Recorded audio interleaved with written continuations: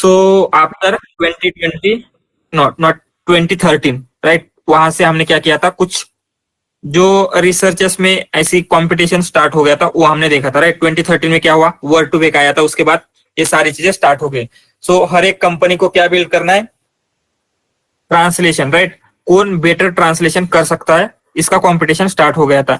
तो सबसे पहले कौन आया, 2014 में गूगल आया विथ इलियास एक्सकेवर। उन्होंने क्या किया, एनकोडर डिकोडर का पेपर रिलीज किया। सो एनकोडर डिकोडर में क्या हो रहा है, सिंपली वहां पे एक आर्किटेक्चर है, एक एनकोडर है एंड एक डिकोडर है। एनकोडर क्या करेगा, जो भी हमारी सोर्स लैंग्वेज है, जैसे हमें इंग्लिश टू हिंदी करना है तो वहां पे हमारी सोर्स लैंग्वेज क्या है, इंग्लिश है। तो हम क्या करेंगे, इंग्लिश का जो भी हमारे पास इनपुट था वो हम एनकोडर में पास करते हैं। एनकोडर क्या करेगा, उसे एनकोड करके एक वेक्टर बिल्ड करेगा। उस वेक्टर को क्या नाम दिया था हमने, कॉन्टेक्स्ट वेक्टर। एग्जैक्टली हम उसे कॉन्टेक्स्ट वेक्टर में कन्वर्ट करते हैं एंड ये जो कॉन्टेक्स्ट वेक्टर है ये हम पास करते हैं डिकोडर को। सो डिकोडर क्या करेगा, based on this context vector target language में इसका क्या टेक्स्ट होगा वो जनरेट करता है।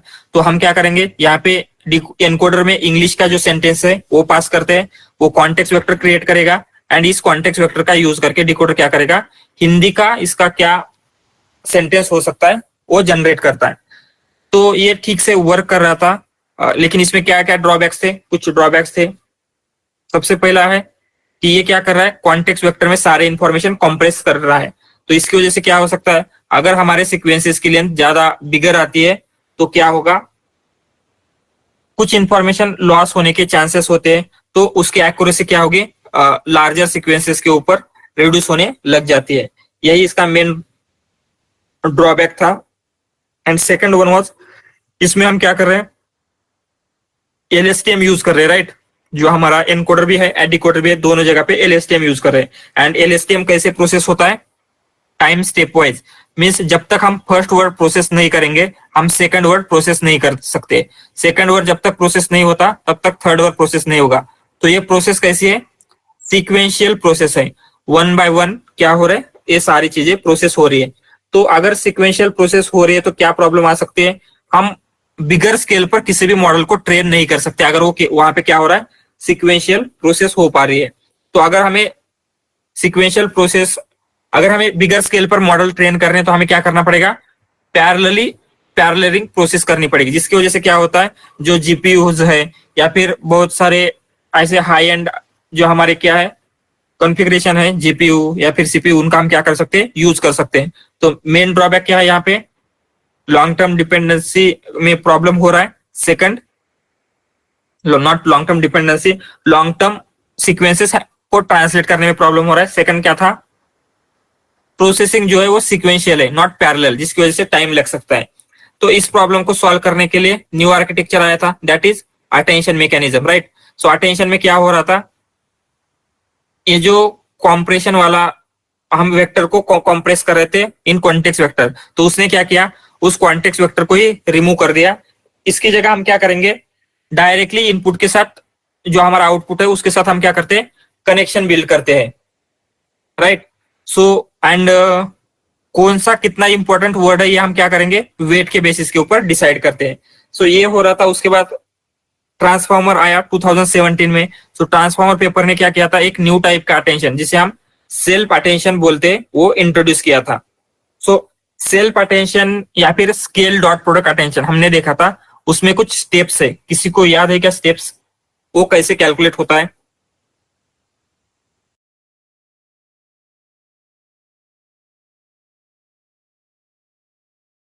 यस, सबसे पहले क्या होगा, जो हमारा सेंटेंस आ रहा है उसे हम टोकनाइज करते हैं।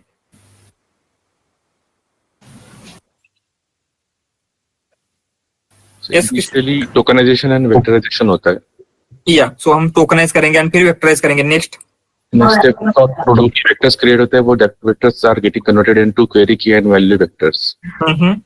एंड उसके बाद हम डॉट प्रोडक्ट फाइंड आउट करते हैं, जैसे कि हम कैलकुलेट करते हैं score by using dot product.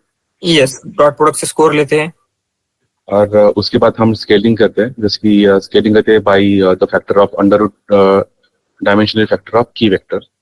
Yes, हम अटेंशन वेट्स फाइंड आउट करते हैं बाय यूजिंग सॉफ्टमैक्स फंक्शन। या सो सॉफ्ट मैक्स से हमें प्रोबेबिलिटी मिल जाती है. Yes.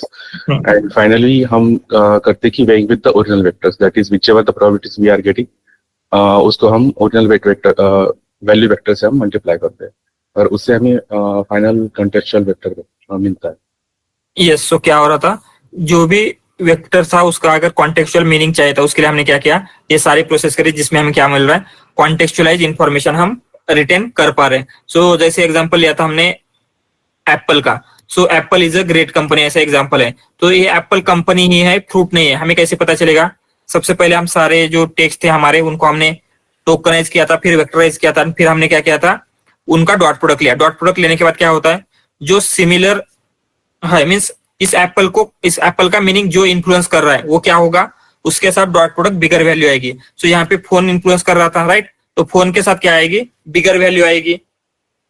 तो इसकी वजह से क्या होता है, फोन की जो वैल्यू बिगर है इसकी वजह से क्या होगा, उनका जो शॉर्ट मैक्स हम लेंगे तो उसका प्रोबेबिलिटी भी ज्यादा आएगी. तो हम जब मल्टीप्लाई करते हैं उसमें प्रोबेबिलिटी ज्यादा आने की वजह से क्या होता है, फोन का इन्फ्लुएंस इस एप्पल के मीनिंग के ऊपर ज्यादा होगा, जिसकी वजह से हमें पता चलता है कि ये जो एप्पल है वो कंपनी वाला है ना कि फ्रूट वाला, राइट. इस तरीके से हम क्या कर रहे थे, सेल्फ अटेंशन या फिर dot scale dot product attention calculate कर रहे थे. सो उसके बाद उसके हमने टाइप देखे थे, एक तो सेल्फ अटेंशन हो गया, दूसरा होता है क्रॉस अटेंशन. दोनों में क्या डिफरेंस है?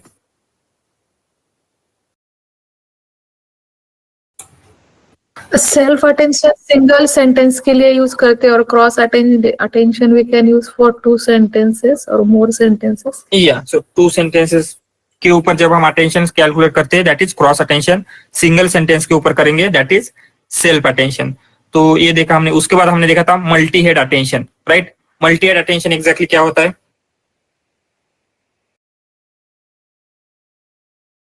To find out the calculations or context meaning in the all possible ways, means references. Sir, multiple times self attention, multiple times हो गया sir. There are 3 layers, right? So query, key, and vector sir. So 3 times it will pass the same input with the different rates. Yes, I mean, yeah. Correct. So basically क्या हो रहा था यहाँ पे, जो हमारा सेल्फ अटेंशन हम calculate करते हैं वो मल्टीपल टाइम्स कैलकुलेट करते हैं. एंड इसकी वजह से क्या होता है, जो आप बोल रहे थे अभी, राइट, क्या हो रहा था, जो कॉम्प्लेक्स मीनिंग है, कॉम्प्लेक्सिटी है हमारे सीक्वेंसेस में, जैसे रेफरेंसेस हो गए या फिर कॉन्टेक्चुअलाइज मीनिंग है, ये सारी चीजें क्या होती है, डिफरेंट हेड में कैप्चर हो जाती है. एंड जैसे हमने आगे देखा था, सेम इनपुट है, प्रोसेस सेम है, लेकिन फिर भी डिफरेंट कॉम्प्लेक्सिटी कैसे लर्न कर पा रहा है, because of We use different sets of weights. Yes, different sets of weights हम क्या करें, फॉर ईच हेड यूज कर रहे हैं, जिसकी वजह से डिफरेंट थिंग्स हम लर्न कर पा रहे हैं, राइट. सो हम ये लिखते हैं, सबसे पहले हमने देखा एनकोडर डिकोडर देखा. उसके बाद हमने देखा अटेंशन. उसके बाद हमने देखा सेल्फ अटेंशन. उसके बाद हमने क्या देखा, मल्टी हेड अटेंशन. यहां तक हमने देखा था. उसके बाद हमने क्या देखना स्टार्ट किया, ट्रांसफॉर्मर्स, राइट, ट्रांसफॉर्मर्स. सो ट्रांसफॉर्मर का एग्जैक्टली आर्किटेक्चर क्या होता है, ये कैसे वर्क करता है, ये सारी चीजें हमने देखना स्टार्ट किया था. सो मैं क्या कर लेता हूँ, ट्रांसफॉर्मर की इमेज ले लेते हैं.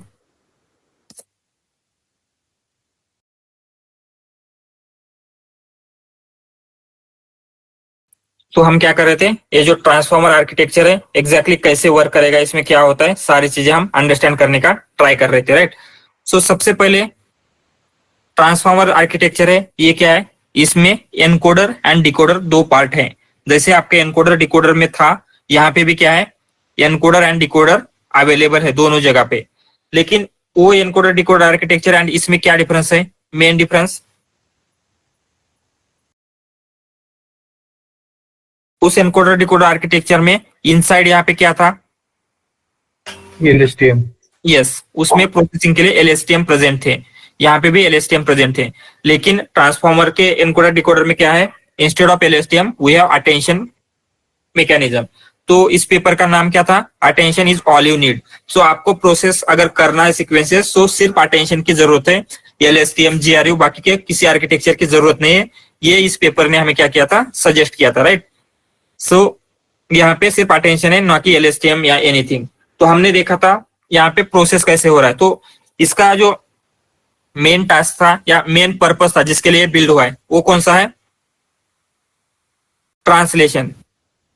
सो हमें क्या करना है, हम यहाँ पे एक लैंग्वेज में इंफॉर्मेशन पास करेंगे, इससे क्या होता है दूसरी लैंग्वेज की इंफॉर्मेशन जनरेट होकर निकलनी चाहिए। सो अगर हमने यहाँ पे इंग्लिश सेंटेंस पास किया तो यहाँ से क्या मिलना चाहिए हमें, उस इंग्लिश सेंटेंस का ट्रांसलेशन इन हिंदी, यहाँ पे हिंदी सीक्वेंस मिलना चाहिए। ये हमारा मेन गोल है।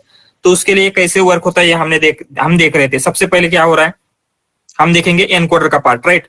सो एनकोडर में सबसे पहले यहाँ पे अगर देखेंगे तो ये क्या है, इनपुट्स। सो इनपुट्स में क्या हो रहा है, जो भी हमारी लैंग्वेज थी सोर्स लैंग्वेज, यहाँ पे इस केस में क्या है हमारा इंग्लिश सीक्वेंस, हम क्या कर रहे हैं इंग्लिश सीक्वेंस जो है वो पास कर रहे हैं। सो यहाँ पे आई थिंक हमने लिखा था last time, let me check, उसी को एक फिर से लिखते हैं थोड़ा सा। या सो इनपुट्स में क्या हो रहा है यहाँ पे लिख ही लेते हैं, ठीक है। इनपुट्स ऐसे लिखेंगे, इनपुट्स। सो इनपुट्स है हमारे पास, राइट। इनपुट्स में क्या हो रहा है, जो आपका इंग्लिश सीक्वेंस है इस केस में, हमारे केस में तो जो भी सोर्स लैंग्वेज है, तो हम ऐसे लिखते हैं source language, source language. Source language means क्या, जिस लैंग्वेज से हमें ट्रांसलेट करना है। तो हमारे केस में कौन सा है, इंग्लिश, राइट। तो इंग्लिश सेंटेंस हम क्या करेंगे, पास करेंगे। सो हमने एग्जांपल लिया था, वी आर लर्निंग NLP। ये क्या है हमारा एग्जांपल है। सो ये सोर्स लैंग्वेज से हम क्या कर रहे हैं, कन्वर्ट कर रहे हैं। उसके बाद हमने क्या किया था, उसे टोकनाइज किया था। सो टोकनाइजेशन के बाद ये कैसे होगा, वी आर लर्निंग NLP। सो ये इसकी जरूरत नहीं है, जस्ट इतना ही हम लेते हैं। एंड इसके बाद हमने क्या किया था, इसे किसमें कन्वर्ट किया था, इनपुट आईडीज में। Yes, input IDs. सो इसकी कुछ इनपुट आईडीज होगी, जैसे वी की कंसीडर कुछ भी 800 है, आर की कंसीडर 60 है, लर्निंग की 400 है, NLP की 700 है। इस तरीके से हमारे पास क्या है, इनपुट आईडीज प्रेजेंट है। तो हमने क्या किया, ये इनपुट आईडी किसके ऊपर बेसिस पे ऊपर हुआ है, वोकैबुलरी के ऊपर, राइट। सो वोकैबुलरी में वी का इंडेक्स क्या है, 800 है, आर का क्या है 60 है, लर्निंग का क्या है 400 है, NLP का 700 है। इसके बेसिस के ऊपर क्या हुआ, जो भी हमारी सोर्स लैंग्वेज थी उसको हमने क्या किया, टोकनाइज करके इनपुट आईडीज में कन्वर्ट किया। एंड यही इनपुट आईडीज हम क्या करेंगे, अभी फर्दर पास करते हैं for next step. So next step क्या है हमारी, इनपुट एम्बेडिंग। तो बेसिकली क्या होगा, ये जो इनपुट आईडीज हमने पास किए उनकी एम्बेडिंग क्रिएट होगी। सो एम्बेडिंग में क्या होगा, बेसिकली एम्बेडिंग में क्या होता है,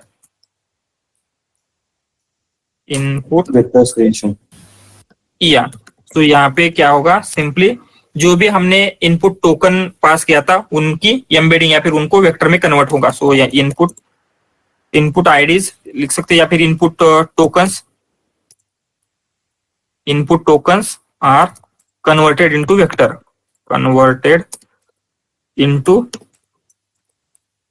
वेक्टर, सो इसमें हम क्या कर रहे हैं, वेक्टर में कन्वर्ट कर रहे हैं। यहाँ पे एम्बेडिंग लेयर यूज कर सकते हैं या फिर वर्ड टू वेक का यूज करना है, एनीथिंग वी कैन यूज। सो यहाँ पे सिंपली क्या हुआ, ये जो इनपुट आईडीज थी हमारी, सो हम यहाँ पे इसे लेते हैं इनपुट आईडीज। ये जो इनपुट आईडीज थी ये किस में कन्वर्ट हो जाएंगे, हम इसे बोलेंगे V1, V2, V3, V4। सो ये जो 800 इनपुट आईडीज थी दैट इज V का V1 बिल्ड हो गया। ये जो 60 वाली इनपुट आईडीज थी दैट इज R, यहाँ पे क्या हो गया R का V2। इस तरीके से ये बिल्ड हो गया, राइट, एवरीथिंग। सो ओरिजिनल जो पेपर था उसके अकॉर्डिंगली इन वेक्टर का डायमेंशन कितना था, आई थिंक हमने देखा था 512। Yes, dimension of vector in original paper, ये हम चेंज भी कर सकते हैं, लेकिन इन ओरिजिनल पेपर 512 का क्या था यहाँ पे डायमेंशन के वेक्टर थे। तो सो V1 में क्या है 512 वैल्यूज है, V2 में 512, ऐसे क्या हो गए, ये वेक्टर्स हमारे क्रिएट हो गए। सो वेक्टर क्रिएट होने के बाद नेक्स्ट हम क्या कर रहे हैं, यहाँ पे कुछ ऐड कर रहे हैं। यहाँ पे ऐड का दिख रहा है छोटा सा, वो क्या कर रहा है, पोजिशनल एनकोडिंग ऐड कर रहा है। तो बेसिकली हम आगे यहाँ पे देखते हैं पोजिशनल एनकोडिंग क्या है। सो पोजिशनल एनकोडिंग की क्या जरूरत थी, आई थिंक हमने देखा था उस दिन। So position encoding is required to keep the time, like we have in HTML, time step is there to pass the input in sequential order, right? So same way position encoding is used to pass the inputs in sequential order. Yeah. So basically क्या है, to maintain order, या फिर हम ऐसे बोल सकते हैं to understand sequence, right? So अगर सीक्वेंस अगर ऑर्डर चेंज हो जाती है या फिर सीक्वेंस चेंज हो जाता है हमारी लैंग्वेज में, जैसे हमने कुछ एग्जांपल लिया था, कौन सा एग्जांपल लिया था, I think India beat Australia, Australia beat India लिया था, राइट? वहां पे क्या हो रहा है, ये अगर चेंजेस हो रहे हैं, ऑर्डर अगर चेंज हो रही है, राइट, तो क्या होगा, सेंटेंस का मीनिंग भी चेंज हो रहा है। तो हमें क्या है, हर एक वर्ड के साथ, सो ये V1 V2 V3 का मीनिंग अंडरस्टैंड करना तो इंपॉर्टेंट है, लेकिन ये इसी ऑर्डर में आ रहे हैं, ये अंडरस्टैंड करना भी उतना ही इंपॉर्टेंट है, राइट? सो पहले V4 आ रहा है, V2 V3 ऐसे प्रोसेस करेंगे तो क्या होगा, सेंटेंस का मीनिंग हम अंडरस्टैंड नहीं कर पाएंगे। इसलिए क्या होता है, ऑर्डर इज ऑल्सो इंपॉर्टेंट। तो हम यहाँ पे सिंपली ऐसे लिखते हैं, order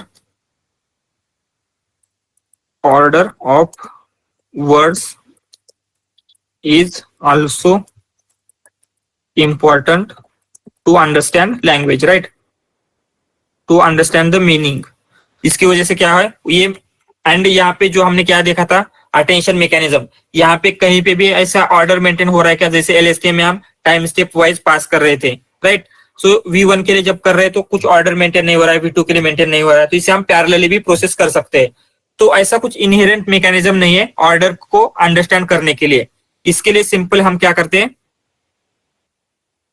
to maintain order we use positional encoding, right? Simply positional encoding का यूज करें। एंड ये क्या होता है, सो हर एक पोजीशन के लिए, हमारे सीक्वेंस में जितने भी पोजीशन है उसके लिए एक वेक्टर क्रिएट करेंगे। जैसे हमने उस दिन देखा था, कंसिडर फर्स्ट पोजीशन है, first position. So first position के लिए हमने क्या किया, एक वेक्टर क्रिएट किया है P1 वेक्टर, ऐसे लिखते हैं P1 वेक्टर। उसके बाद सेकंड पोजीशन के लिए P2 वेक्टर, सेकंड पोजीशन के लिए P2 वेक्टर, P3 वेक्टर। ऐसे क्या होगा, जितने भी हमारे पास क्या है लेंथ है उतने वेक्टर्स क्या हो जाएंगे, क्रिएट हो जाएंगे। सो हमारे पास क्या है, पोजीशन के लिए भी एक एक वेक्टर है। तो अभी हम सिंपली क्या करते हैं, यहाँ पे ऐड करेंगे, ये जो हमारा वेक्टर क्रिएट हुआ था उसमें उसकी पोजीशन ऐड करते हैं। सो V1 में P1 ऐड करेंगे तो क्या पता चलेगा, ये जो V1 आ रहा है दैट इज V पहले नंबर पे आ रहा है। तो जैसे एग्जांपल लेते हैं, ऑस्ट्रेलिया बीट्स इंडिया, या फिर इंडिया बीट्स ऑस्ट्रेलिया, राइट? तो यहाँ पे अगर हम प्रोसेस कर रहे हैं तो क्या होगा, ऑस्ट्रेलिया फर्स्ट पोजीशन पे आएगा जब हम उसमें P1 ऐड करेंगे, एंड वही ऑस्ट्रेलिया का वेक्टर अगर उसमें P3 ऐड करेंगे तो वो क्या आ रहा है, थर्ड पोजीशन पे आ रहा है। तो यहाँ पे क्या होगा, जो ऑर्डर की इंफॉर्मेशन है वो भी हम क्या कर पा रहे हैं, अंडरस्टैंड कर पा रहे हैं। एंड फाइनली हम सिंपली क्या कर देते हैं, उसमें ऐड कर देंगे। जैसे क्या होगा, V1 plus P1 comma V2 plus P2। ऐसे ही हम क्या करते हैं, जितने भी हमारे पास प्रेजेंट थे सब में हम क्या करेंगे, ऐड करेंगे V3 प्लस P3। सो ठीक है, ये हमारा हो गया पोजिशनल एनकोडिंग। सो पोजिशनल एनकोडिंग के बाद हम कहां पे जा रहे हैं, हम जा रहे हैं मल्टी हेड अटेंशन में। सो मल्टी हेड अटेंशन में जाने से पहले आपको यहाँ पे कुछ दिख रहा होगा, ये 3 एरोज जा रहे हैं। सो ये 3 एरोज क्या रिप्रेजेंट कर रहे हैं, Query, key and vector. Yes. तो हमने देखा था मल्टी हेड अटेंशन में एक सिंगल वेक्टर को हम थ्री रोल्स वो क्या करता है, प्ले करता है। कभी वो की का रोल प्ले करेगा, कभी एज अ क्वेरी वर्क करता है, कभी एज अ वैल्यू वर्क करता है। तो हमें क्या करना पड़ेगा, ये जो हमारा वेक्टर है उसको की क्वेरी वैल्यू में 3 कॉपीज क्रिएट करने। सो हमने यहाँ पे 3 कॉपीज क्रिएट कर दी। यहाँ पे वेट्स रहेंगे उस फॉर ईच हेड, राइट? उस हेड के अकॉर्डिंगली हमारे जो वेट है या जो हमारा ये है उसको हम क्या करते हैं, पास करते हैं। सो मल्टी हेड में एग्जैक्टली क्या होता है, मल्टी हेड अटेंशन में हमने यहाँ पे पास किया, तो यहाँ पे लिखते हैं multi head attention, multi head attention. So multi head attention में मेन इसका पर्पस क्या होता है, हमने मल्टी हेड का स्पेसिफिकली देखा था। एंड उसमें हम क्या कर पा रहे हैं, number of iteration passes, number of iteration heads बोल सकते सर, या हेड्स बोल सकते हैं। लेकिन यहाँ पे हो क्या रहा है exactly, Yeah. It is Yeah. capturing the different complexities in the तो language. हमारे लैंग्वेज में क्या होते हैं, डिफरेंट डिफरेंट कॉम्प्लेक्सिटी हो सकती है. सो यहाँ पे लिखते हैं लैंग्वेजेस हैव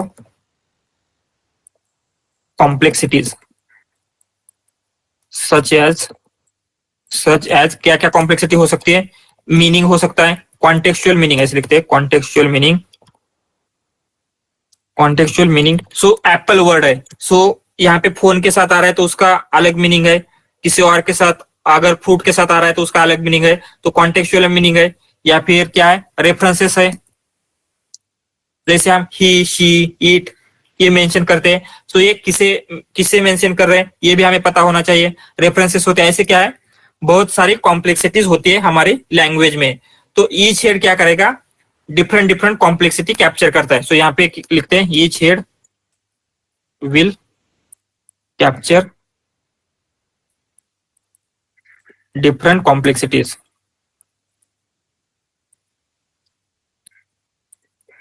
सो क्या होगा, जो डिफरेंट कॉम्प्लेक्सिटी है ईच हेड कैप्चर करेगा. सो अगर हमने यहाँ पे 4 हेड दिया है तो एक हेड में भी कॉन्टेक्चुअल मीनिंग कैप्चर कर सकता है, एक रेफरेंस कैप्चर करेगा, एक कुछ और करेगा. इस तरीके से लैंग्वेज में जितनी भी कॉम्प्लेक्सिटी थी वो सेंटेंस को अंडरस्टैंड करने के लिए हमें जो जो चीजें चाहिए, रेफरेंसेस चाहिए, कॉन्टेक्चुअलाइज मीनिंग चाहिए, ये सारी चीजें क्या होगा यहाँ पे क्रिएट होगी. लेकिन उससे पहले हम क्या करते हैं, उसकी कॉपीज क्रिएट करते हैं एंड फिर हमारे कॉन्टेक्चुअल वेक्टर जो है वो जनरेट होंगे. राइट. ये मल्टी अटेंशन का क्लियर है. सो मल्टी हेड से हमें क्या, कॉन्टेक्चुअलाइज वेक्टर मिल जाते हैं. सो उसके बाद यहाँ पे क्या है, मल्टी हेड के बाद एड एंड नॉर्म. राइट. सो ये एड क्या है, इस एड और नॉर्म में सो हमने यहाँ पे देखा था एड मीन्स क्या है, रेजिजुअल कनेक्शन. सो ये रेजिजुअल कनेक्शन क्या होता है, It maintains the original information. Yes. So multi head attention में बेसिकली क्या कर रहे हैं हम, जो ओरिजिनल वेक्टर आ रहा था उसमें चेंजेस कर रहे हैं, उसको हम चाहते हैं कि वो चेंज हो जाए according to this sequence. So consider कभी कभी ऐसे हो सकता है कि सारे वर्ड बहुत ज्यादा चेंजेस हो गए, तो एंड बहुत ज्यादा चेंजेस हो गए तो यहाँ पे जो ओरिजिनलिटी थी वो ओरिजिनलिटी लॉस्ट हो सकती है. तो हमें क्या करना है, वो ओरिजिनलिटी भी प्रिजर्व करना है. तो उस ओरिजिनलिटी को प्रिजर्व करने के लिए हम सिंपली क्या करते हैं, एंड ये जो रेजिजुअल कनेक्शन है मोस्टली कंप्यूटर विजन के डोमेन में आपने रेजनेट या फिर कुछ ऐसे आर्किटेक्चर देखे होंगे, तो वहां पे क्या होता है, ये रेजिजुअल कनेक्शन बहुत ज्यादा यूज होते हैं. तो यहाँ पे सिंपली क्या कर रहे हैं, ये जो भी ओरिजिनल वेक्टर यहाँ से आ रहा था बिफोर कन्वर्टिंग इनटू क्वेरी की values, before going into multi head vector, वो वेक्टर लेते हैं एंड यहाँ से जो भी क्या आ रहा था, कॉन्टेक्चुअलाइज वेक्टर आ रहा था, उसमें हम सिंपली क्या करेंगे, ऐड कर देते हैं. राइट. एंड उसके बाद नॉर्म. ये नॉर्म क्या है, लेयर नॉर्मलाइजेशन. राइट. सो यहाँ पे दिख रहा होगा लेयर नॉर्मलाइजेशन. सो लेयर नॉर्मलाइजेशन एग्जैक्टली है क्या एंड उसकी क्या जरूरत है.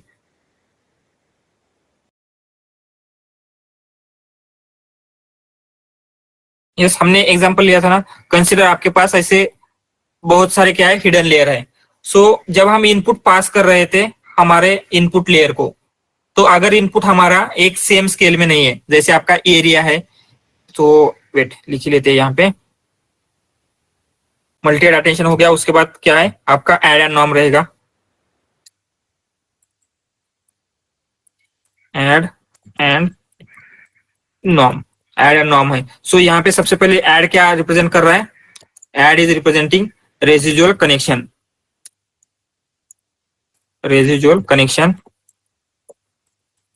एंड नॉर्म क्या, norm for layer normalization. Right. So add में हम क्या कर रहे हैं, रेजिजुअल कनेक्शन ऐड कर रहे हैं. सो एड ऐसे लेते हैं, एड मीन्स रेजिजुअल कनेक्शन. सो ये बेसिकली किस लिए ले रहे हैं हम, टू मेंटेन ओरिजिनलिटी या फिर कनेक्शन नॉट टू लॉस्ट, ऐसे लिखते हैं, not to lost originality of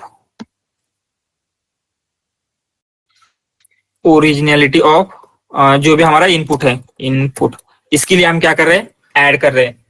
सो इसमें कैसे ऐड होगा, तो कंसिडर यहाँ पे आपका मल्टी हेड जो अटेंशन कैलकुलेट किया था उसका कॉन्टेक्चुअलाइज वेक्टर आने के बाद क्या हो रहा है, कंसिडर हमें यहाँ पे y1 मिल रहा है, तो हमने y1 लिया था, y1 y2 y3 y3 and y4। सो ये y1 y2 y3 y4 क्या है, ये जो हमारे ओरिजिनल वेक्टर थे v1 v2 v3 v4 इनको हमने क्या किया है, कॉन्टेक्चुअलाइज वेक्टर में कन्वर्ट किया है, तो ये y1 y2 y3 y4 बन गए। तो सिंपली नॉर्म में क्या होता है, ये जो हमारे y1 y2 y3 y4 है इसमें हम कुछ ऐड कर रहे हैं, क्या ऐड कर रहे हैं, जो ओरिजिनल इंफॉर्मेशन आ रही थी हमारे पास। ओरिजिनल इंफॉर्मेशन क्या आ रही है, input embedding plus positional encoding के बाद उसे हम सिंपली ऐड कर रहे हैं। तो ऐड करने के लिए क्या कर सकते हैं, ये जो v1 v2 v3 v4 है इसको हमें क्या करना है, just y1 y2 y3 y4 में ऐड करना है। तो ये जस्ट लेंगे यहाँ पे एंड इसे प्लस ये, राइट, अगेन ये लेते हैं प्लस ये, इसी तरीके से क्या होगा, सब में भी ये चीजें ऐड हो जाती है। सो हम इसके लिए जस्ट ऐसे लिखते हैं, ये समझ में आ रहा है नॉर्मलाइजेशन क्या हो रहा है। सो ये नॉर्मलाइजेशन क्यों करते हैं, इसकी क्या जरूरत है, ये हम लिख लेते हैं। सो इसकी वजह से सबसे मेन जो बेनिफिट हो रहा है क्या हो रहा है, प्रिजर्विंग ओरिजिनलिटी, या फिर हम ऐसे बोल सकते हैं preserving original knowledge, preserving the originality of input और प्रिजर्विंग, क्या प्रिजर्व कर रहा है प्रीवियस नॉलेज। सो कंसिडर अभी हम क्या कर रहे हैं, ट्रांसफॉर्मर आर्किटेक्चर लर्न कर रहे हैं। सो हमने प्रीवियसली RNN LSTM GRU देखा था। सो जब हम ट्रांसफॉर्मर लर्न कर रहे हैं तो उस केस में RNN LSTM GRU का फॉरगेट होना जरूरी है क्या, सो अगर हम उसे फॉरगेट कर देंगे तो ये अच्छा नहीं है, राइट, हमारे लिए। मीन्स ये ट्रांसफॉर्मर के लिए अभी हम सीख रहे हैं, ये एडवांस आर्किटेक्चर है, लेकिन फिर भी RNN LSTM फॉरगेट करना ये अच्छा है क्या, ये क्या है, अच्छा नहीं है। मीन्स हम नहीं चाहते कि ये जो हमने ओरिजिनल सीखा था प्रीवियसली, प्रीवियस नॉलेज हम क्या करें, लॉस्ट ना करें। इसके लिए हम क्या करते हैं, जो हम सीख रहे हैं वो तो रखते हैं, ये ट्रांसफॉर्मर का हम एज इट इज रख रहे हैं, लेकिन हमने क्या किया, आज जो हमारा प्रीवियस नॉलेज था उसका रिवीजन किया है बेसिकली, राइट। सो इस रिवीजन की वजह से क्या हो रहा है, जो हमारा प्रीवियस नॉलेज था वो फॉरगेट नहीं होता। यही चीज क्या कर रहा है, ये रेजिजुअल कनेक्शन कर रहा है बेसिकली। जैसे हम रिवीजन करते हैं तो क्या होता है, प्रीवियस नॉलेज फॉरगेट नहीं होता, उसी तरीके से क्या होगा, ये रेजिजुअल कनेक्शन क्या कर रहा है, जो प्रीवियस नॉलेज है, ओरिजिनलिटी ऑफ डेटा है, वो क्या कर रहा है, प्रिजर्व कर रहा है। ये रेजिजुअल कनेक्शन क्लियर है। उसके बाद हम लिखते हैं, सो इसको इसी में लिखेंगे, and again norm. So norm basically क्या है, layer normalisation, and it also helps in back propagation में। अगर क्या होता है, वेनिशिंग ग्रेडियंट होने के चांसेस होते हैं यहाँ पे भी, तो बैक प्रोपोगेशन में ये हेल्प करता है। It helps in vanishing gradient, ऐसे लिखते हैं, it helps in vanishing gradient. So vanishing gradient का प्रॉब्लम ये होने नहीं देता, इसकी वजह से भी ये हेल्प करता है। सो नॉर्म या कि लेयर नॉर्मलाइजेशन, इसकी क्या जरूरत है ये हम देखते हैं। सो कंसिडर आपका इनपुट है, यहाँ पे हम लेते हैं कुछ, यहाँ पे क्या है, इनपुट लेयर में आपके पास 3 न्यूरॉन है, यहाँ पे 2 न्यूरॉन लेते हैं हिडन लेयर में 2, अगेन यहाँ पे आपके पास 2 न्यूरॉन है, 2 न्यूरॉन है, एंड सिंपली आपका एक आउटपुट है, आउटपुट ये कुछ इस तरीके से। सो कंसिडर आप यहाँ पे कुछ इनपुट दे रहे हैं, आप क्या दे रहे हैं, आप पास कर रहे हैं आपका एरिया ऑफ हाउस। सो यहाँ पे आपने दिया एरिया, यहाँ पे आपने दिया इंफ्रा नहीं, नंबर ऑफ बेडरूम्स, सो कितने बेडरूम्स है, बेड्स, एंड यहाँ पे आपने कुछ और दे दिया, जैसे आपका इंफ्रा समथिंग है। सो यहाँ पे जो एरिया है उसकी वैल्यू क्या है आपकी 1000 10,000 है, नंबर ऑफ बेड्स की 1 2 3 है, इंफ्रा के कुछ पॉइंट है। तो इस केस में हम ये डेटा एज इट इज अगर पास करेंगे तो कुछ प्रॉब्लम आ सकती है क्या, यस आ सकती है प्रॉब्लम या नहीं आ सकती है?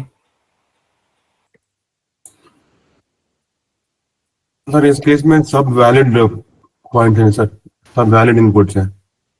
नो, वैलिड इनपुट मीडिया के ऊपर जाता है। स्केलिंग का सर डिफरेंट फीचर्स का डिफरेंट वेट्स होगा, राइट? हाँ सर, एरिया को ज्यादा वेट्स देगा ये। Yes exactly. क्या होता है जिसकी वैल्यू बिगर है, सो अगर हम एरिया की वैल्यू देखेंगे, एरिया की वैल्यू क्या आएगी? एरिया की वैल्यू कंसिडर 10,000 समथिंग है। उसके बाद नंबर ऑफ बेड्स क्या रहेंगे? 2 3 रहेंगे अगर हमने लिया है तो। इंफ्रा समथिंग 0 to 1 की रेंज में, ये 0.9 है। तो अगर हम ऐसा इनपुट पास करते हैं, ऐसा वेरिएबल लेंथ पास करते हैं, तो क्या होगा? जिस भी इनपुट की वैल्यू बिगर है, यहाँ पे एरिया की वैल्यू क्या है? बिगर है, तो ये क्या करता है? एरिया को ज्यादा इंपॉर्टेंस देने लग जाता है। सो ये ना हो इसलिए हम कुछ कर रहे थे। क्या कर रहे थे? Data normalisation. या बेसिकली हम स्केलिंग करते हैं, आपका स्टैंडर्ड स्केलर, मिनिमैक्स स्केलर। तो ये स्केलिंग की वजह से क्या क्या होता है? ये जो भी हमारे इनपुट थे सारे एक रेंज में आ जाते हैं, 0 to 1, 1 to -1 to 1, राइट? तो इसकी वजह से क्या होता है? सारे के सारे जो इनपुट है उनको हम एक रेंज में लाते हैं, जिसकी वजह से क्या हो, एक किसी स्पेसिफिक फीचर को ज्यादा इंपॉर्टेंस ना देने लग जाए, बिकॉज ऑफ जस्ट बिकॉज उसकी वैल्यू बिगर है, राइट? तो ये हमने कर दिया। तो कंसिडर ये जो हमारी लेयर है, इस लेयर का कंसिडर कुछ आउटपुट आया, एंड इस लेयर का कंसिडर आउटपुट आ गया है 500, एंड इस लेयर का आउटपुट आ गया 2। तो जो प्रॉब्लम यहाँ पे हो रहा था वही प्रॉब्लम यहाँ पे हो सकता है क्या अभी? यस, इस न्यूरॉन को ज्यादा इंपॉर्टेंस देने लग जाए, ऐसा हो सकता है, चांसेस है। तो क्या होता है? तो यहाँ पे इसके लिए हम कुछ हैंडल कर रहे हैं क्या? इनपुट को तो हम नॉर्मलाइज कर रहे थे, लेकिन जो लेयर्स है उनको हम कुछ भी नहीं कर रहे। तो यहाँ पे भी ये जो प्रॉब्लम है वो आ सकता है। तो उसके लिए सिंपली क्या कर सकते हैं? ईच लेयर का जो आउटपुट आएगा उसे हम नॉर्मलाइज करेंगे। इस लेयर को भी हम क्या करेंगे? नॉर्मलाइज करेंगे। तो क्या होगा? ये 2 and 500 एक रेंज में आ जाएंगे। फिर इस लेयर का जो भी आउटपुट होगा उसको हम नॉर्मलाइज कर देते हैं। That is nothing but layer normalisation. Layer normalisation की क्या जरूरत है? ईच लेयर के जो आउटपुट आ रहे हैं अगर वो सेम रेंज में नहीं होंगे तो क्या हो सकता है? अनप्रोपोर्शनली किसी को वेट देने लग जाएगा हमारा मॉडल। तो उसके लिए हम क्या करते हैं? ईच लेयर का जो आउटपुट आएगा उसे हमें नॉर्मलाइज करना है। ये समझ में आ रहा है एग्जैक्टली लेयर नॉर्मलाइजेशन में क्या कर रहे हैं हम? Yes yes sir. Yes, sir. या सो यहाँ पे क्या कर रहे हैं? Normalize output of each layer. So हमने क्या किया? ईच लेयर का जो आउटपुट है वो नॉर्मलाइज कर रहे हैं, एंड जो बेनिफिट्स हमें मिल रहे थे इनपुट नॉर्मलाइज करने की वजह से सारे बेनिफिट मिलते हैं, जैसे कि helps in exploding gradient, right? Exploding gradient का प्रॉब्लम सॉल्व होता है। उसके बाद क्या होगा? ट्रेनिंग फास्टर होगी, फास्टर ट्रेनिंग अगेन कन्वर्जेंस जल्दी होता है। ये सारी चीजें क्या है? इस लेयर नॉर्मलाइजेशन की वजह से हमें मिल रही है। सो लेयर नॉर्मलाइजेशन क्लियर है। तो उसके बाद लेयर नॉर्मलाइजेशन के बाद हमारे पास क्या आएगा? Feed forward network. सो ये फीड फॉरवर्ड नेटवर्क में क्या होता है? जस्ट सिंपली हम क्या कर रहे हैं? एक हमारा फीड फॉरवर्ड नेटवर्क होता है, जैसे आपका डेंस लेयर हो गया, राइट? सो उसी तरीके से ये भी एक डेंस लेयर रहेगी। तो हम यहाँ पे लेते हैं feed forward network. Feed forward जैसे आपका न्यूरल नेटवर्क होता है, नॉर्मल न्यूरल नेटवर्क, ये भी क्या है? आपका एक नॉर्मल न्यूरल नेटवर्क ही है। तो इसके बाद डिकोडर का पार्ट आएगा, क्योंकि डिकोडर का हमने नहीं देखा था। सो क्या है? हमने इनकोडर का पार्ट देखा। सो इनकोडर से हमें क्या आउटपुट मिलेगा? यस, हम क्या चाहते थे? जो भी आपका इनपुट सीक्वेंस है उसको अंडरस्टैंड करना कंप्लीटली, राइट? इनकोडर का यही रोल था। जो यहाँ पे हमारे पास क्या है? वी आर लर्निंग एनएलपी है, इस सीक्वेंस को लर्न करना चाहते थे। तो यहाँ पे क्या हुआ? हमने लर्न कर लिया है कंप्लीटली यूजिंग ये जो एनकोडर का पार्ट है। तो डिकोडर का क्या रोल रहेगा फिर? यस जनरेट करना। Yes exactly. तो हम भी अभी हमें क्या करना है? जो जो वी आर लर्निंग एनएलपी हमने सीक्वेंस पास किया था उसका हिंदी आउटपुट क्या होगा या फिर हिंदी ट्रांसलेशन क्या होगा, हम एनएलपी सीख रहे हैं, ये हमें क्या करना है, जनरेट करना है। सो डिकोडर का जो पार्ट है यहाँ से स्टार्ट होता है। अभी डिकोडर का देखते हैं। सो डिकोडर में यहाँ पे आप देख रहे होंगे, एनकोडर में तो हम इनपुट्स पास कर रहे हैं, लेकिन डिकोडर में अगर आप देखेंगे तो क्या पास कर रहे हैं, outputs. Why outputs? So basically क्या रहता है, ये जो है वो ऑटो रिग्रेसिव वे में वर्क करता है। ऑटो रिग्रेसिव मीन्स क्या होता है, किसी को पता है? जो इसका प्रीवियस आउटपुट है, इसका प्रीवियस आउटपुट कंसिडर हमने क्या किया, ये 1 बाय 1 क्या कर रहा है, प्रिडिक्ट कर रहा है। सो इसका जो प्रीवियस आउटपुट है इसने दे दिया हम, तो हम के बेसिस के ऊपर ही प्रीवियस आउटपुट का यूज करके हम नेक्स्ट आउटपुट इसका प्रिडिक्ट कर रहे हैं। सो हम के बाद क्या आएगा, एनएलपी आएगा। तो हम एनएलपी, ये जो इसका प्रीवियस आउटपुट है, राइट, इस प्रीवियस आउटपुट के बेसिस के ऊपर हम क्या कर रहे हैं, नेक्स्ट वर्ड प्रिडिक्ट कर रहे हैं। एनएलपी क्या आ रहा है, सीक आएगा। तो ये जो हमने प्रीवियस आउटपुट दिया है इसके बेसिस के ऊपर नेक्स्ट वर्ड प्रिडिक्ट कर रहे हैं, सीख रहे, राइट। ये जो प्रीवियस आउटपुट है उसके ऊपर नेक्स्ट आउटपुट डिपेंड रहेगा, है। सो बेसिकली क्या है, इसके लिए जो प्रीवियस आउटपुट है वो क्या रहेगा, इसके लिए इनपुट रहता है। तो यहाँ पे क्या रहेगा, इसने जो आउटपुट दिया है फॉर प्रीवियस टाइम स्टेप, पहले इसने हम दे दिया, तो क्या होगा, यहां से हम पास करते हैं। उसके बाद इसने दे दिया एनएलपी, तो यहां से एनएलपी पास करेंगे। तो यहाँ पे क्या पास हो रहा है, इसी का आउटपुट पास हो रहा है, राइट, इसलिए हमने दिया इसे आउटपुट्स। सो बेसिकली क्या है, अभी हम लिखते हैं आउटपुट्स। सो आउटपुट्स में क्या होगा, जो भी आउटपुट्स आ रहा है उसके बाद सेम वे में आउटपुट्स है, उसके बाद आउटपुट एम्बेडिंग है, आउटपुट एम्बेडिंग, आउटपुट एम्बेडिंग है, एंड उसके बाद फाइनली आपका पोजिशनल एनकोडिंग है, आउटपुट पोजिशनल एनकोडिंग। जैसे इन तीनों का मीन्स क्या डिफरेंस है समझ में आ रहा है, जैसे इनपुट के लिए था सेम वे में यहाँ पे जस्ट आउटपुट मीन्स क्या है, जो हम आउटपुट कैलकुलेट करें उसका भी क्या होगा, वेक्टर क्रिएट होगा, उसमें भी पोजिशनल एनकोडिंग ऐड कर देंगे। तो इसको एक्सप्लेन करने की कुछ जरूरत है, ये क्लियर है यहाँ तक?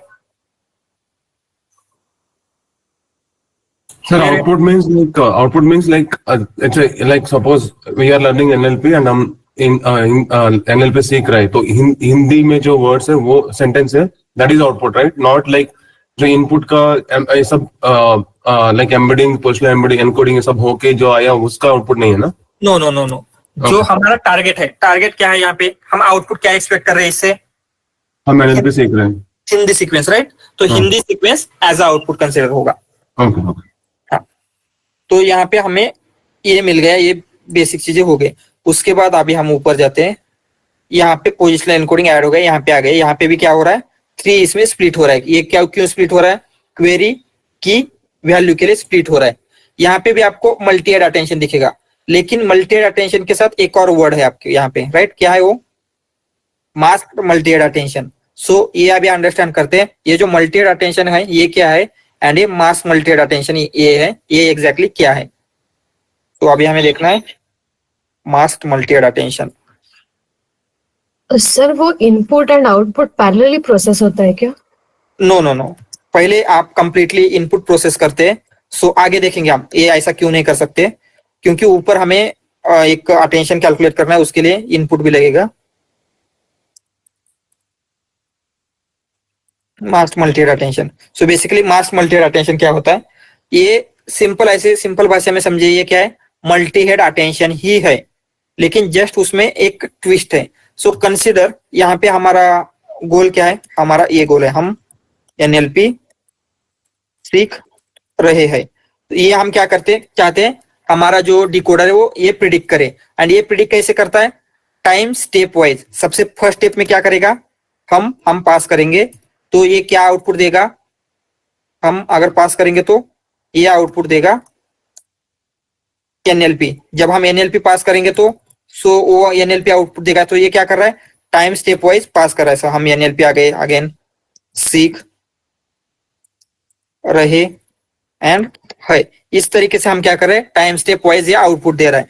तो जब हम प्रोसेस कर रहे हैं, कंसिडर उस केस में हमने क्या किया, इसका अटेंशन मैकेनिज्म या फिर डिफरेंट जो कॉम्प्लेक्सिटीज है वो हमने कैप्चर करने का ट्राई किया। तो उसके लिए क्या होगा, क्वेरी की वैल्यू वेक्टर है, तो हमने एनएलपी के साथ मल्टीप्लाई किया, सीक के साथ मल्टीप्लाई किया, रहे के साथ मल्टीप्लाई किया, है के साथ मल्टीप्लाई किया। तो यहाँ पे क्या होगा, इसकी जो कुछ इंफॉर्मेशन थी हम में आ जाएगी, राइट। सो अगर ये जो इंफॉर्मेशन है हम में आ रही है तो इसको नेक्स्ट वर्ड क्या प्रिडिक्ट करना है ये पहले से ही पता चल रहा है क्या, जब हम अटेंशन कैलकुलेट कर रहे हैं उसी केस में? यस, मल्टी हेड के लिए हमने क्या किया था, ये जो भी फ्यूचर इंफॉर्मेशन है इसके साथ मल्टीप्लाई किया, राइट।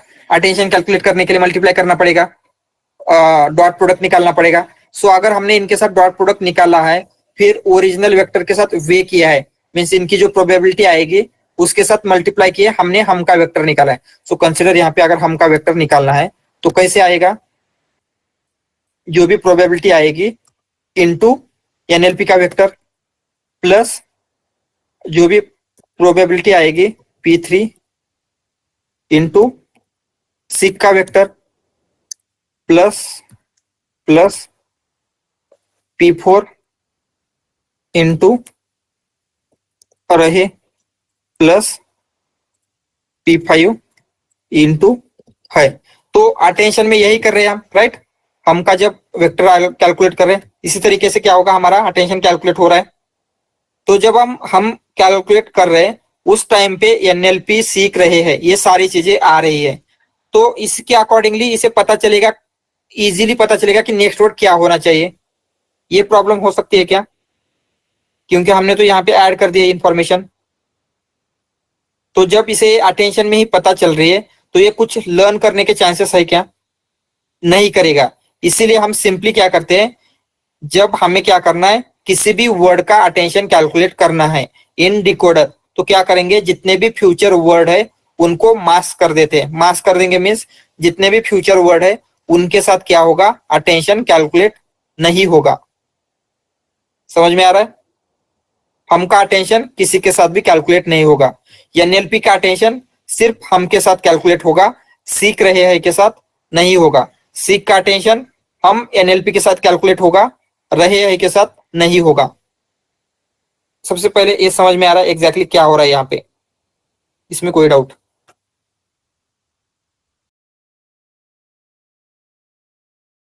यस। सर ये एक बार बताइए कि क्यों उसको मास्क कर रहे हैं? सो कंसिडर हमने मास्क नहीं किया है, कंसिडर आपने क्या कर रहे हैं, हम का अटेंशन स्कोर कैलकुलेट कर रहे हैं, आपने क्या किया, फ्यूचर कॉन्टेक्स्ट मास्क नहीं किया।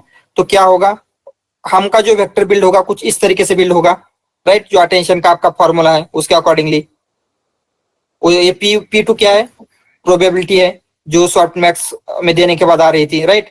P3 प्रोबेबिलिटी है, तो उसको हमने क्या किया, एनएलपी के वेक्टर के साथ। लास्ट स्टेप क्या है हमारी, वे विथ ओरिजिनल वेक्टर।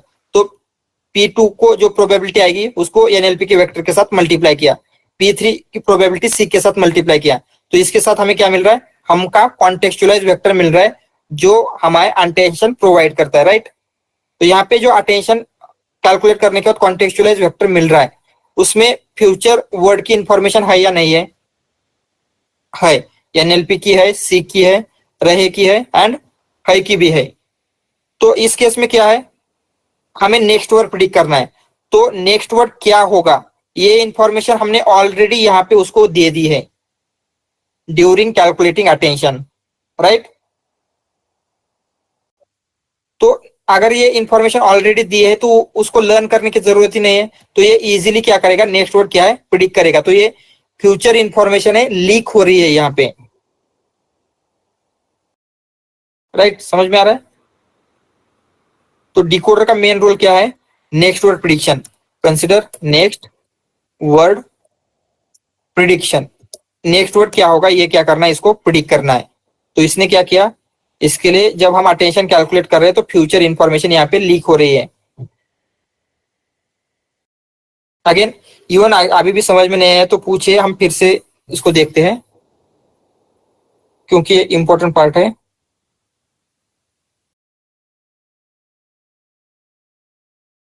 ओके, फिर से एक बार देख लेते हैं। तो हमें डिकोडर को देखिए, डिकोडर में हमें क्या करना है, नेक्स्ट वर्ड प्रिडिक्ट करना है। नेक्स्ट वर्ड में क्या होगा, जब इसे हम बोलेंगे कि हम पास करेंगे तो ये क्या प्रिडिक्ट करना चाहिए, एनएलपी प्रिडिक्ट करना चाहिए, राइट। तो जब हम इसे एनएलपी देंगे तो इसे क्या प्रिडिक्ट करना चाहिए, सीक प्रिडिक्ट करना चाहिए, राइट। जब सीक देंगे तो रहे करना चाहिए, रहे देंगे तो है करना चाहिए। ये हमारा क्या है, नेक्स्ट वर्ड प्रिडिक्शन का टास्क है, राइट। ये समझ में आया। पहले हमें क्या करना है, वन वर्ड देना है प्रीवियस वर्ड, उसके अकॉर्डिंगली उसका नेक्स्ट वर्ड क्या होगा जस्ट ये प्रिडिक्ट करना है। हम के बाद एनएलपी, एनएल के बाद सीक, इस तरीके से ये हमारा टास्क है। तो कंसिडर हमारे पास ये हमारा सीक्वेंस है। तो हमें क्या करना है, इसका मल्टी हेड अटेंशन कैलकुलेट करना है। तो हमने क्या किया, सॉरी जस्ट अटेंशन, अटेंशन जब कैलकुलेट करेंगे सो कंसिडर हम के लिए हम अटेंशन कैलकुलेट कर रहे हैं। तो स्टेप्स क्या क्या रहेगी, पहले हमने इसे टोकनाइज किया ये सीक्वेंस को, सो हम इसको टोकनाइज कर देते हैं। सो टोकनाइजेशन में क्या आएगा, टोकनाइज, टोकनाइज, टोकनाइज में क्या आएगा, यही आएगा। हम एनएलपी सीख रहे हैं, जस्ट यहाँ पे लेते हैं हम एनएलपी सीख रहे, एंड इस तरीके से हमने क्या किया, टोकनाइज किया। टोकनाइजेशन के बाद वेक्टराइज किया,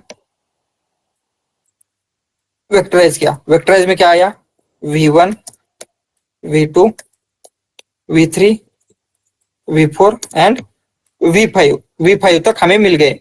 तो अभी हमें क्या करना है, जस्ट हम के लिए एक फर्स्ट या सेकंड वर्ड के लिए लेते हैं, हम जस्ट एनएलपी के लिए लेते हैं। हमें क्या करना है, एनएलपी के लिए एनएलपी का कॉन्टेक्चुअलाइज वेक्टर क्या होगा, जो कि होने चाहिए हमारे लिए Y2, राइट।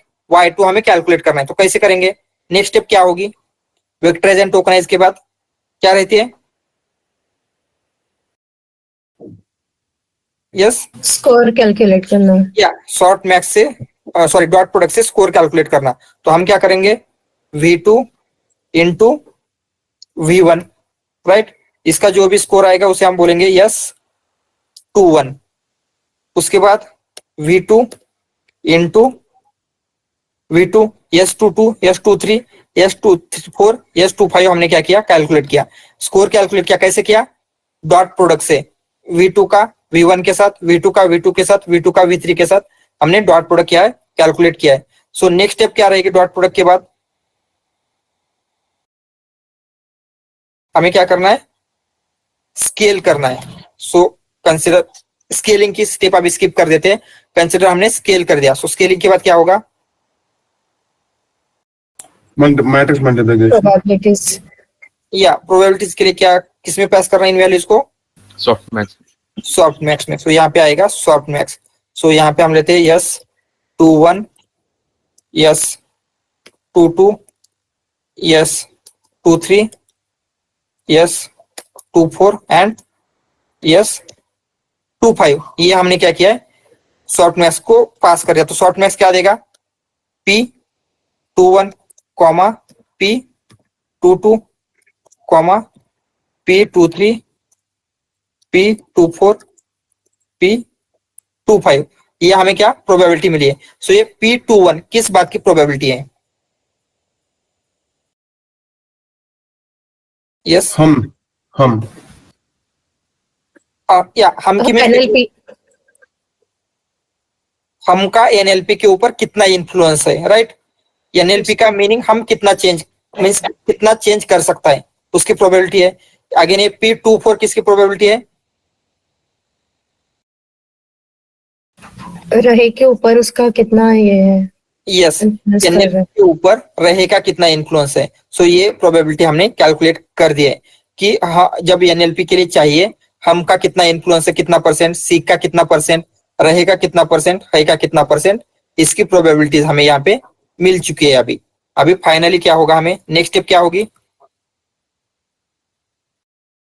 क्या होते Y2 के लिए फाइनल स्टेप क्या होगी, मल्टीप्लीकेशन ऑफ ऑल, या जो प्रोबेबिलिटी आई है उसके हमें ओरिजिनल वेक्टर के साथ मल्टीप्लिकेशन करना है। यहाँ पे क्या किया, P21 क्या थी, V1 के साथ प्रोबेबिलिटी थी तो उसको V1 के साथ मल्टीप्लाई किया। P22 V2 की प्रोबेबिलिटी थी उसके साथ मल्टीप्लाई किया, जिससे ये जो Y2 मिल रहा है अभी, ये Y2 एग्जैक्टली क्या है, V2 का कॉन्टेक्चुअल वेक्टर, राइट। इस केस में V2 का क्या मीनिंग है, करेक्ट। सो हमने Y2 कैलकुलेट कर लिया है। सो जब हमने Y2 कैलकुलेट कर लिया तो इस केस में, डिकोडर के केस में, हमें नेक्स्ट क्या चाहिए, हम नेक्स्ट क्या प्रिडिक्ट करना चाहते हैं। यस, यहाँ पे अगर देखेंगे NLP V2 है, नेक्स्ट क्या प्रिडिक्ट करना चाहते हैं हम, सीक यानी कि V3 प्रिडिक्ट करना चाहते हैं, करेक्ट। Yes, sir. या तो इसके लिए हमने जो कॉन्टेक्चुअलाइज वेक्टर करना है उसके लिए हमने क्या किया है, V3 हमें प्रिडिक्ट करना है, तो हमें V3 पता नहीं होना चाहिए।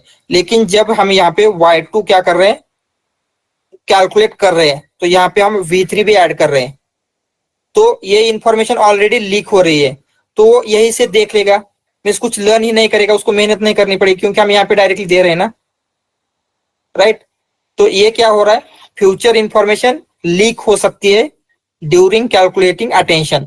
तो इसके लिए हम क्या करते हैं, जो भी फ्यूचर के वर्ड है क्या कर देंगे, हम मास्क कर देंगे। मीन्स जब हमें Y2 कैलकुलेट करना है, ये जो भी फ्यूचर के वर्ड है उनको कंसिडर ही नहीं करेंगे, तो ये मास्क हो जाएगा। सिर्फ इतना ही अटेंशन के लिए लेते हैं, जिससे क्या होगा, ये जो फ्यूचर इंफॉर्मेशन लीक होने के चांसेस है, लीक नहीं होंगे। Now it is clear. Sir इसको ऐसा बोल सकते हैं क्या, मतलब हम कंसिडर समझने के लिए पूरा स्टेटमेंट ले रहे हैं, बट वो हम NLP सीक्वेंस वाइज प्रोसेस होके एट द एंड हमें डिकोडर में पूरा सेंटेंस ट्रांसलेट करके मिलेगा, राइट। करेक्ट। ओके, या सो यहाँ पे बेसिकली मास्क मल्टीपल अटेंशन में हम क्या कर रहे हैं, टू प्रिवेंट क्या कर रहे हैं, future information getting leak during attention. तो यहाँ पे लिखते हैं just to prevent future information getting leaked. हम क्या कर रहे हैं, we mask future token, we mask future token. यही क्या है, वन वर्ड में हम इसका क्या दे सकते हैं, ये सारी चीजें बता सकते हैं। सो ये क्लियर है मास्क मल्टीपल अटेंशन।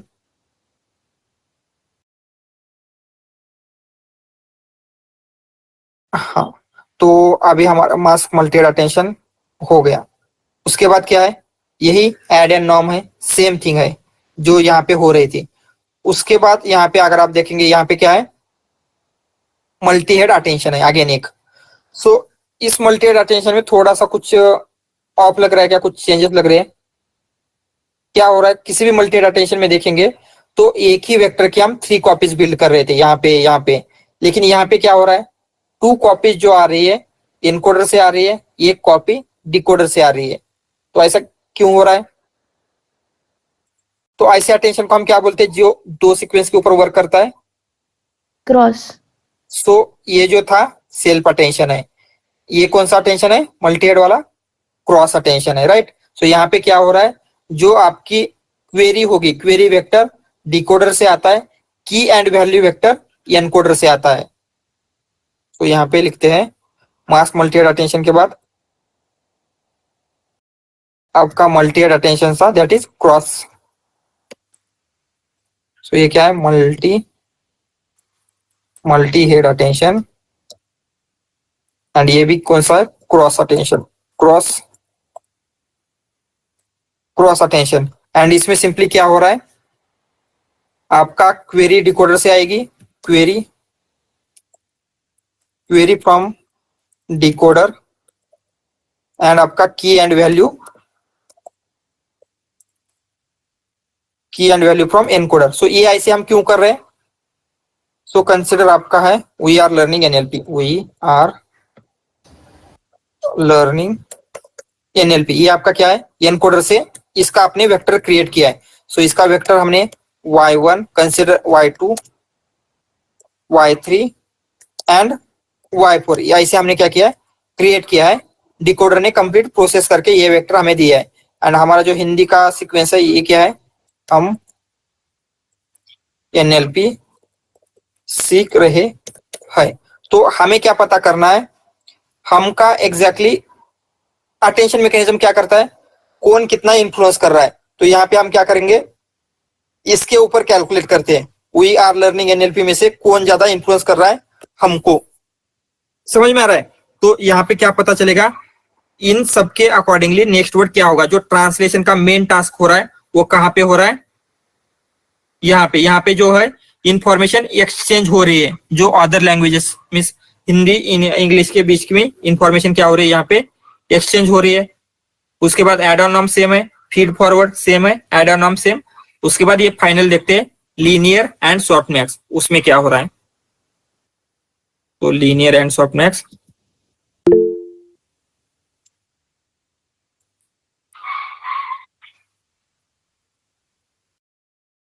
क्या सॉरी क्या बोला आपने, कल यस कल ही कंटिन्यू करेंगे, मीन्स कल अभी और ज्यादा देखना बाकी। जस्ट हम क्या करेंगे, लास्ट वाला जस्ट अंडरस्टैंड कर लेते हैं, जिससे क्या होगा आपका कंप्लीट फ्लो हो जाएगा, फिर बाकी की कल कर लेंगे। तो यहाँ पे क्या है, linear and softmax, linear and softmax. So basically softmax क्या करता है, सॉफ्टमैक्स का क्या रोल है, प्रोबेबिलिटीज प्रोबेबिलिटीज प्रोवाइड करता है। एंड यहाँ पे हम क्या एक्सपेक्ट कर रहे हैं डिकोडर से, क्या एक्सपेक्ट कर रहे हैं, नेक्स्ट वर्ड प्रिडिक्ट करना, राइट। तो बेसिकली ये जो दिया है ये क्या करता है, नेक्स्ट वर्ड की क्या प्रोबेबिलिटी होगी, मींस बेस्ड ऑन करंट जो भी है इनपुट है, सो क्या होगा, based on current input it will give, ये क्या देता है, it provide probabilities to the, या फिर प्रोबेबिलिटीज ऑफ, ऐसे लिखते हैं probabilities of next word. So next word क्या होगा इसकी प्रोबेबिलिटी दे देता है। तो कंसिडर आपके वोकैबुलरी में कितने 10,000 वर्ड्स है, सो 10,000 वर्ड की प्रोबेबिलिटी दे देगा। फर्स्ट वर्ड होने की प्रोबेबिलिटी कितनी है, सेकंड होने की कितनी, थर्ड होने की कितनी, फोर्थ होने की कितनी, उसके अकॉर्डिंगली हम क्या कर सकते हैं, हमारा नेक्स्ट वर्ड कौन सा होगा जो जिसकी प्रोबेबिलिटी मैक्सिमम है। समझ में आ रहा है, ये सिंपली क्या करता है, शॉर्टनेस का काम है।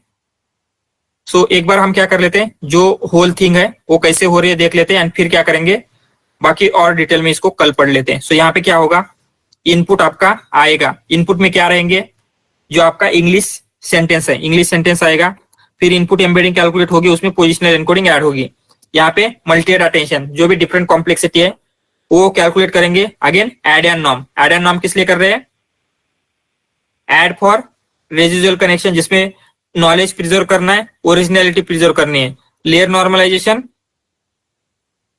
नॉर्मलाइज करना है जो भी आपका लेयर का आउटपुट आ रहा है, राइट। उसके बाद फीड फॉरवर्ड रहेगा, अगेन लेयर नॉर्म। सो यहाँ पे क्या मिलेगा, जो आपने इंग्लिश सेंटेंस पास किया था उसका कॉन्टेक्चुअलाइज इंफॉर्मेशन, उसको कंप्लीटली अंडरस्टैंड किया है हमने, right. We are learning NLP को, वी किसे रिप्रेजेंट कर रहा है, आर क्या रिप्रेजेंट कर रहा है, सबका मीनिंग, सबके references, everything are stored here in this vectors now. Again हमने क्या किया, यहाँ पे कुछ फर्स्ट वर्ड पास करते, आउटपुट प्रोबेबिलिटी मिलेगी, positional encoding, mask multi attention. इससे ये सारे प्रोसेस होने के बाद जस्ट हम क्या करते हैं, नेक्स्ट वर्ड देते हैं। तो पहले हम देंगे हम, फिर ये हम यहाँ पे, तो ये हम क्या देता है, NLP, right. So again NLP pass करेंगे तो ये देगा सीख, राइट। तो ये सीख यहाँ से पास करते हैं तो ये देगा रहे, अगेन यहाँ पे पास करते, तो ऐसे ही ये चलता रहेगा जब तक ये यूएस नाम का यानी कि एंड ऑफ सेंटेंस नाम का टोकन जनरेट नहीं करता। तो ठीक है, तो ये थोड़ा सा देख के आइए, अभी हम इनको इन डिटेल सब कुछ पढ़ेंगे। तो जब पोजिशनल एनकोडिंग करते हैं हम, तो एग्जैक्टली ये वेक्टर क्रिएट कर रहे हैं, राइट। हम P1 P2 हमने क्रिएट किया था, एग्जैक्टली कैसे क्रिएट होते हैं, बाकी की चीजें क्या होती है, सारी चीजें हम क्या करेंगे कल देखते हैं इन डिटेल। अभी फ्लो क्लियर है आपको, इवन आज थोड़ा सा देखिए फ्लो में भी कोई प्रॉब्लम है तो वो हम कल क्या कर लेते हैं, क्लियर कर लेते हैं। एंड फिर हर एक कंपोनेंट को अगेन फर्दर डिटेल में देखेंगे, जैसे पोजिशनल एनकोडिंग रह गया है हमारा, वो कैसे एग्जैक्टली P1 पोजिशनल 1 के लिए यूनिक वेक्टर कैसे क्रिएट हो रहे हैं, सारी चीजें हम क्या करते हैं कल देख लेते हैं। ठीक है, एनी अदर क्वेश्चंस?